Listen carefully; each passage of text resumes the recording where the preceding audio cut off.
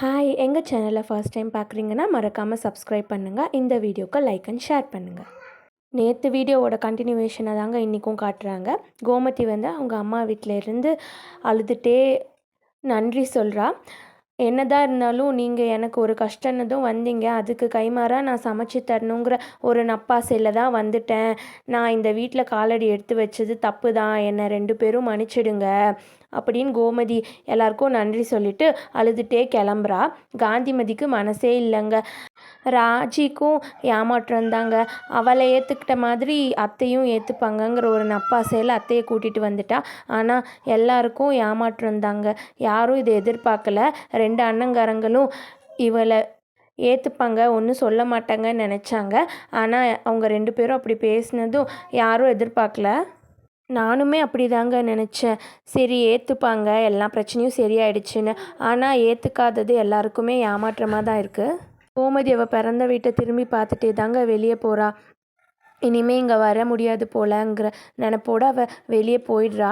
அழுதுகிட்டே வெளியே வரவும் ராஜி சமாதானப்படுத்துகிறா. விடுங்கத்தை, ஒன்றும் இல்லை, சீக்கிரமாக எல்லாம் சரியாயிடும், என்னை மன்னிச்சிடுங்கத்தை, நான் தான் உங்களை கூட்டிகிட்டு போனேன், என்னோட தப்பு தான் அப்படின்னு.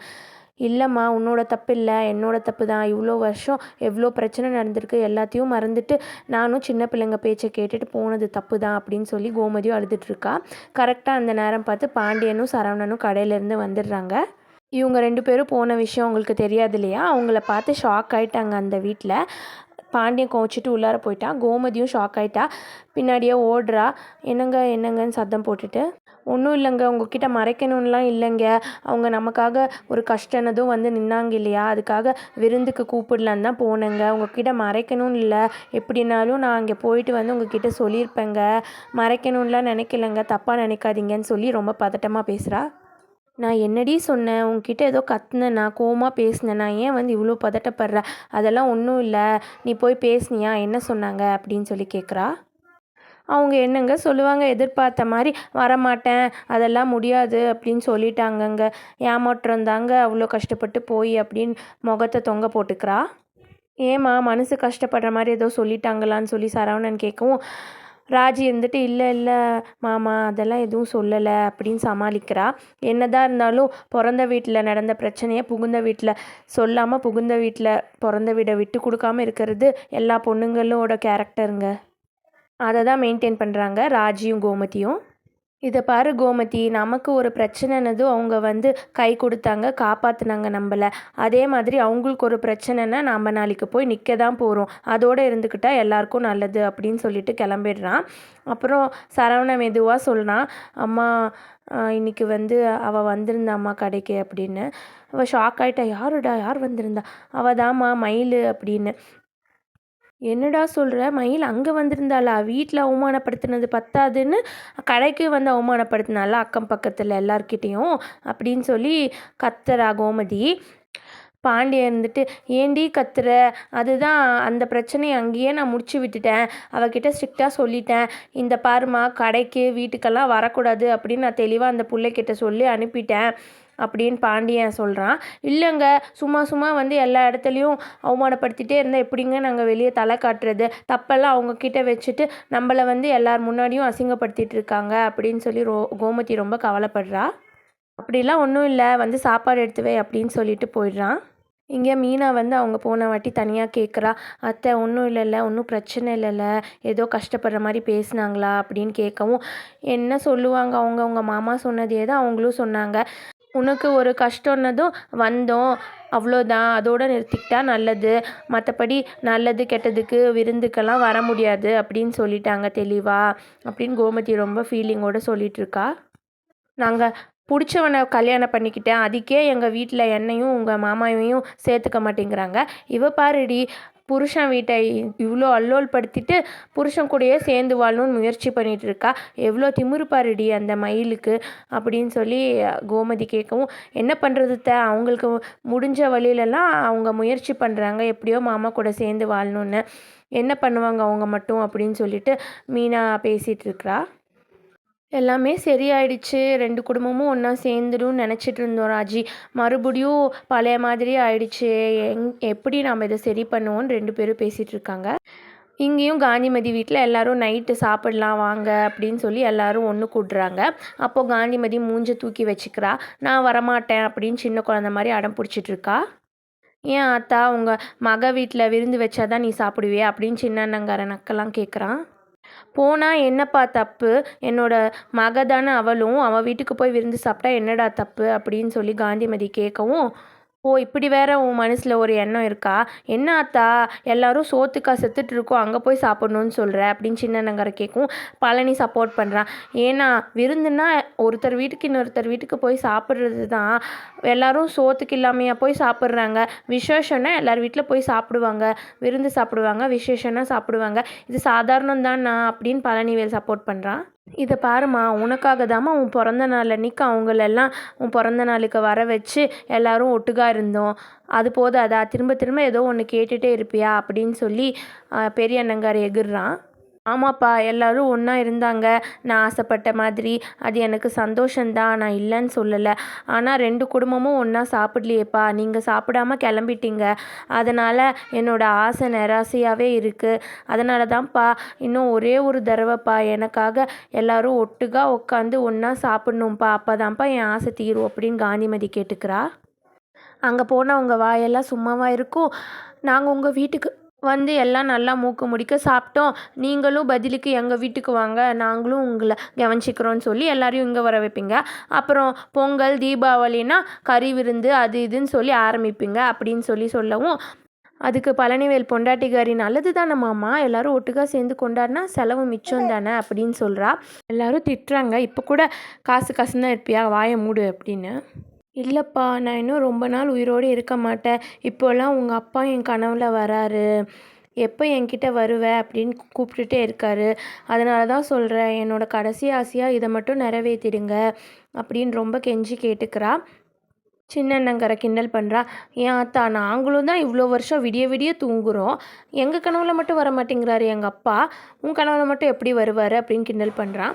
இல்லைப்பா, நிஜமாவே தான் சொல்கிறேன், உங்கள் அப்பா என்னை கூப்பிட்டுட்டே இருக்காரு. என்னோடய கடைசி ஆசையாக இதை மட்டும் நிறைவேற்றி வச்சுடுங்க, இனிமேல் நான் எதுவுமே கேட்க மாட்டேன் அப்படின்னு கெஞ்சி கேட்டுகிட்டே இருக்கா. ஏன் ஆத்தா, இப்படி சொல்லி தான் வந்து பிறந்த நாளுக்கு அவங்கள கூப்பிட வச்சேன். திரும்ப திரும்ப உன் ஆசை பெருசாகிட்டே தான் போகுது. இதுக்கு ஒரு முடிவே இல்லையா? ஆவுன்னா அதான் உன் புருஷன் எங்கள் அப்பனை இழுத்துடுற, அப்பா கூப்பிடுறாரு, கனவுல வராருன்னு கதை சொல்கிற. உனக்கு வேறு வேலையே இருக்காதா ஆத்தா அப்படின்னு திட்டிகிட்டு இருக்கான் சின்ன அண்ணங்காரன். நீ என்ன வேணால் சொல்லுப்பா, நான் சீக்கிரமே உங்கள் அப்பா கிட்டே போய் சேர்ந்துருவேன்னு எனக்கு என்னமோ தோணிகிட்டே இருக்குப்பா. அதுக்கு முன்னாடி நீங்கள் ஒரு தடவையாச்சும் அவங்க வீட்டில் காலடி எடுத்து வைக்கணும்ப்பா, அதான்ப்பா எனக்கு ஆசை அப்படிங்கிறான். ஏன் அன்றைக்கே எடுத்து வச்சோம்ல, பத்தாதா அப்படிங்கிறான் பெரிய அண்ணங்காரன். அது வந்து அவசரத்துக்கு எடுத்து வச்சதுப்பா, அதுவும் சந்தோஷமாக போகிறதும் வேறப்பா, 2க்குமே வித்தியாசம் இருக்குது அப்படின்னு சொல்லிகிட்ருக்கா. இன்னும் அன்னிகாரியும் கேட்குறாங்க. போயிட்டு தான் வரலாங்க உங்கள் தங்கச்சி வீடு தானேன்னு சொல்லி. புருஷங்கார அடக்கிடுறான், வாயை மூடுன்னு சொல்லி. பெரிய அன்னிகாரியும் கேட்குறா, என்னங்க அப்படின்னு. சரி நமக்கும் அதே கதி தான் போல் அப்படின்னு சொல்லி அவளும் சைலண்ட் ஆயிடுறா. பொம்பளைங்க யாரும் வாயவே திறக்கக்கூடாது இல்லைங்க ஆம்பளைங்க பேசும்போது, அது மாதிரி தான் இருக்குது இந்த குடும்பம். அப்புறம் காந்திமதி வந்து கையெடுத்து கெஞ்சி கேட்டுக்கிறேன்ப்பா, ஒரே ஒரு தடவைப்பா எனக்காக, இதுக்கப்புறம் நான் எதுவுமே கேட்க மாட்டேன்ப்பா, ஒரே ஒரு தடவை விருந்து மட்டும் சாப்பிட்டுட்டு வந்துடலாம்ப்பா, நான் எதுவுமே கேட்க மாட்டேன், நான் சாகிற வரைக்கும் இதுவே எனக்கு போதும், இந்த ஒரு சந்தோஷத்தோடையே நான் கண்ணை மூடிடுவேன்னு சொல்லி கெஞ்சுன்னு கெஞ்சுறா. என்னாத்தா சும்மா சும்மா சாவறதை பற்றியே சொல்லி பிளாக்மெயில் பண்ணிகிட்ருக்கேன் அப்படின்னு சின்ன அண்ணங்கார கத்துறான். பெரிய அண்ணங்கார வாயை மூடு நீ கொஞ்சம், நான் பேசுகிறேன் அப்படின்னு சொல்லிட்டு, அம்மா இதை பாருமா, ஒரு தடவை போயிட்டு வந்துடலாம் அவ்வளோதான், அதுக்கப்புறம் வந்து நீ எதுவுமே கேட்கக்கூடாது, ஒத்துப்பியா அப்படிங்கிறான். எல்லோரும் ஷாக் ஆகிட்டாங்க. போகிறதுக்கு ஒத்துக்கிட்டாங்க போலன்னு சொல்லி ஷாக் ஆகிட்டாங்க.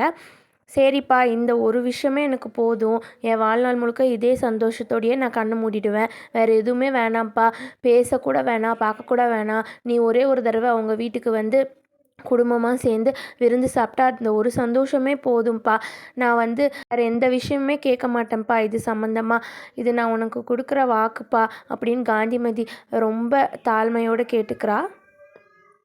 பெரிய அண்ணங்காரன் ஒத்துக்கிறான். டேய் பழனி, இதை பாருடா, நாளைக்கே மத்தியானம் சாப்பாட்டுக்கு வரோன்னு சொல்லிவிடு அவங்கக்கிட்ட அப்படிங்கவும் எல்லோரும் ஷாக் ஆகிடுறாங்க. என்னடா இது, அசால்ட்டாக ஒத்துக்கிட்டாங்கங்கிற மாதிரி. இங்கே பார்த்தோன்னா அடுத்த நாள் காலையில் அரசியும் கோமதியும் நின்று சமைச்சிட்ருக்காங்க. என்னம்மா அதிசயமாக கிச்சன் பக்கம்லாம் வர அப்படின்னு கோமதி நக்கல் அடிக்கிறா. அம்மா இனிமேல் நான் உனக்கு ஹெல்ப் பண்ணுறேம்மா, நீ ஒருத்தியே எவ்வளோ வேலை செய்வம்மா அப்படின்னு சொல்லி கோமதி கைஸ் வச்சிட்ருக்கா. கோமதி வந்து நீ நல்லா படிமா, அதே எனக்கு போதும் அப்படின்னு சொல்லி 2 பேரும் சமைச்சிட்ருக்கவும் பழனிவேல் வந்துடுறான் காலங்காத்தால.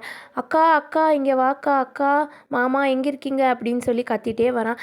இவன் என்னடா காலங்காத்தால வந்து கத்திட்டு இருக்கான் ஹாலில், சரி வா என்னன்னு போய் பார்க்கலாம் அப்படின்னு எல்லாரும் கூடுறாங்க ஹாலுக்கு. டேய் என்னடா எல்லாரையும் காலையிலேயே கூச்சல் போட்டு கூப்பிட்டுட்டு இருக்க, என்ன விஷயம் அப்படின்னு எல்லாரும் கேட்குறாங்க. இருங்க இருங்க ஒருத்தங்களாம் கேளுங்க, நான் சொல்கிறேன். அக்கா முதல்ல நீ சொல்லு, என்ன சாப்பாடு இன்றைக்கி நம்ம வீட்டில் அப்படின்னு. டேய் இதை கேட்குறதுக்கு தான் எல்லாரையும் கூப்பிட்டியாடா, என்கிட்ட வந்து கேட்டால் நானே சொல்லியிருப்பேனா அப்படின்னு எல்லாரும் கிண்டல் பண்ணுறாங்க. இன்றைக்கி என்னடா எப்பயும் போல தான் கத்திரிக்காய் காரக்குழம்பும் அவரைக்காய் பொரியலும் பண்ண போகிறேன் அப்படிங்கிறா. இதை பாருக்கா, அந்த அவரைக்காவை எடுத்து ஃப்ரிட்ஜில் வை, நாளைக்கு பண்ணிக்கலாம். கத்திரிக்காவை எடுத்து பிரியாணிக்கு சைடிஷ் பண்ணிவிடு அப்படிங்கிறான். எல்லோரும் ஷாக் ஆகிட்டாங்க. என்னது பிரியாணியா? பிரியாணியெல்லாம் நான் செய்ய மாட்டேன்டா, நீ என்ன கடையில் வாங்கிட்டு வர போறியா அப்படின்னு கேட்கவும், நான் எதுக்கு கடையில் வாங்கிட்டு வர போகிறேன், நான்லாம் வாங்க மாட்டேன், நீ தான் சமைக்க போகிற அப்படிங்கிறான். எனக்கு என்ன தோணுதோ அதை தானே நான் செய்வேன், நீ சொல்கிறதெல்லாம் என்னால் செய்ய முடியாது அப்படின்னு சொல்கிறா கோமதி. அக்கா உங்கள் அண்ணங்க வந்தாலும் நீ அதே கத்திரிக்காய் காரக்குழம்பும் அவரைக்காவையும் தான் பண்ணுவியாக்கா அப்படின்னு கிண்டலாக சொல்கிறான். காலங்காத்தால் வந்து என்னடா உளறிட்டுருக்க அப்படின்னு சொல்லி கேட்கவும், நான் உளரலக்கா, உண்மையை தான்க்கா சொல்கிறேன், இன்றைக்கி மத்தியானம் அண்ணங்க உங்கள் வீட்டுக்கு சாப்பிட வராங்க அப்படின்னு சொல்லி சொல்கிறான். எல்லாருக்கும் ஆச்சரியம் தாங்க முடியல, எல்லோரும் சந்தோஷம் ஆயிடுறாங்க. என்னடா அது ஆச்சரியமாக இருக்குது, உலக அதிசயமாக இருக்குது, இதெல்லாம் நடக்கும்னு நினச்சி கூட பார்க்கலையேங்கிற மாதிரி எல்லோரும் அவ்வளோ ஆச்சரியமாக பார்க்குறாங்க. டே நிஜமாவாடா சொல்கிற, நிஜமாவா சொல்கிற, இன்னொரு தடவை சொல்லு அப்படின்னு கோமதி திரும்ப திரும்ப பழனியை சொல்ல வச்சுட்டே இருக்கான். அக்கா 1000 தடவை சொன்னாலும் இதுதான்க்கா உண்மை, இன்றைக்கி மத்தியானம் நம்ம 2 அண்ணங்களும் அவங்க குடும்பத்தோடு நம்ம வீட்டுக்கு இன்றைக்கி சாப்பிட வர்றாங்கக்கா, உன் கையால் சாப்பிட வராங்க போதுமா அப்படின்னு சொல்லி பழனிவேல் கத்துறான். டேய் நீ சும்மா என்ன ப்ராங்க் பண்ணலடா, நிஜமாகவே வராங்களாடா, என்னால் இப்போ கூட நம்ப முடியலடா, நேற்று நைட்டே அப்படி பேசுனாங்க, இன்றைக்கி எப்படிடா வர ஒத்துக்கிட்டாங்க அப்படின்னு கேட்குறான். அக்கா அதெல்லாம் அம்மா எப்படியோ பேசி ஒத்துக்க வச்சிடுச்சுக்கா, கண்டிப்பாக வராங்கக்கா, நம்புக்கா, உன் கையால் சாப்பிட வராங்கக்கா அப்படின்னு சொன்னதும் கோமதியால் நிற்கவே முடியலங்க, தரையில் அப்படியே ஆடுறா, வானத்துக்கும் பூமிக்கும் அவன் கையை பிடிச்சி சுற்றுறா, வீட்டையே சுற்றி சுற்றி வர்றாங்க. எல்லோரும் ஆச்சரியமாக பார்க்குறாங்க, என்னடா அம்மாக்குள்ளே இப்படி ஒரு ரூபம் இருக்கா, இவ்வளோ நாள் அம்மாவை இவ்வளோ சந்தோஷமாக பார்த்ததே இல்லையேங்கிற மாதிரி பாண்டியனும் ரொம்ப பூரிச்சு போகிறான் கோமதி சந்தோஷப்படுறத பார்த்து. ஐயோ இப்போ வந்து சொல்கிறேன், நேற்று நைட்டே சொல்லியிருக்கலாம்லடா, ஏன்டா இவ்வளோ லேட்டாக சொல்கிறேன், மரம் பண்ணுடா, நீ உன்னை வச்சுட்டு என்னால் எதுவுமே முடியலடா, நான் என்ன பண்ணுவேன், கையும் ஓடல காலும் ஓடல. டே கதிர் அதை வாங்கணும்டா, கறி வாங்கணும், சமையலுக்கு தேவையான சாமானெல்லாம் வாங்கணும், ஐயோ என்ன பண்ணுறது, யாரை எதுக்கு அனுப்புறது, நான் என்ன செய்கிறது, எது முதல்ல பண்ணுறது, எதுவுமே புரியலையே அப்படின்னு பறக்கிறா. பாண்டியன் அப்படியே நக்கலாக பார்த்துட்டு இருக்கான். உடனே கோமதி சிரிச்சுட்டே, என்னங்க இல்லைங்க அண்ணங்க வராங்க அதுதாங்க அப்படின்னு போய் சொல்கிறா. வரலாம்லங்க, உங்களுக்கு ஒன்றும் ஆட்சேபனை இல்லையே, நான் என்ன சொல்ல போகிறேன், உனக்கு என்ன சந்தோஷமோ அதை பண்ணு, இவ்வளோ வருஷமாக அதுதான் எனக்கு வேணும், உன்னை நான் சந்தோஷமாக பார்த்துக்கணும், அதுக்காக தான் உன்னை ஆசைப்பட்டு கல்யாணம் பண்ணிக்கிட்டேன், நீ உனக்கு எதெல்லாம் சந்தோஷமோ அதெல்லாம் பண்ணு, நான் அதை பார்த்து ரசிக்கிறேன் அப்படின்னு பாண்டியன் சொல்லிட்டான், க்ரீன் ஃப்ளாக் காட்டிட்டான். உடனே கோமதிக்கு, எனக்கு தெரியுங்க உங்களை பற்றி, இதுக்காக தாங்க உங்களை நான் ஆசைப்பட்டு கல்யாணம் பண்ணிக்கிட்டேன், சரி சரி நீங்கள் கிளம்புங்க, முதல்ல சாப்பாடு டைமுக்கு வாங்க, அவங்க வரும்போது கண்டிப்பாக நீங்கள் இங்கே இருக்கணும், இப்போ இருந்தால் நீங்கள் நச்சிட்டே இருப்பீங்க, முதல்ல கிளம்புங்க, அப்போ தான் நான் என் குடும்பத்துக்கு ஜாலியாக சமைக்க முடியும் அப்படின்னு அவனை விரட்டி விடவே பார்க்குறா. சரி வா வா கதிர், நம்ம கடைக்கு போகணும், அது இதெல்லாம் வாங்கணும், சாமான செட்டெல்லாம் வாங்கணும், அப்புறம் கறியெல்லாம் வாங்கணும், எதை வாங்குறது, ஊடுறது ஓடுறது பறக்கிறது மிதக்கிறது எல்லாத்தையும் வாங்கணும்டா, ஒன்று ஒன்றா செய்கிறேன். டேய் நேற்றே சொல்லியிருக்கலாம்டா, நீ நேற்றே சொல்லியிருந்தா நான் நேற்றே ஏதோ பலகாரம்லாம் பண்ணி வச்சு அசத்தியிருப்பேன், என்ன பண்ணுறதுன்னே தெரியல, சரி வீடு இப்போயாச்சும் வந்து சொன்னேன், என் தங்கோண்டா நீ, என்னது எது செய்கிறதுன்னு தெரியலையா, அப்போ சரி நான் அண்ணங்கள்கிட்ட வர வேணான்னு சொல்லிடவா அப்படிங்கிறான். டேய் சும்மா இருடா, நீ வேற உலக அதிசயமாக வரேன்னு சொல்லியிருக்காங்க, தலைகீழாச்சு நின்னாலும் எல்லா வேலையும் முடிச்சிடுவேன்டா, சீக்கிரம் சீக்கிரம், ராஜிமா சக்ஸஸ் ஆகிடுச்சு, ஓகே தானே, நமக்கு நம்ம 2 பேர் பட்ட கஷ்டம் வீணாகலை அப்படின்னு சொல்லி ராஜியை பார்த்து பூரிச்சு போகிறா.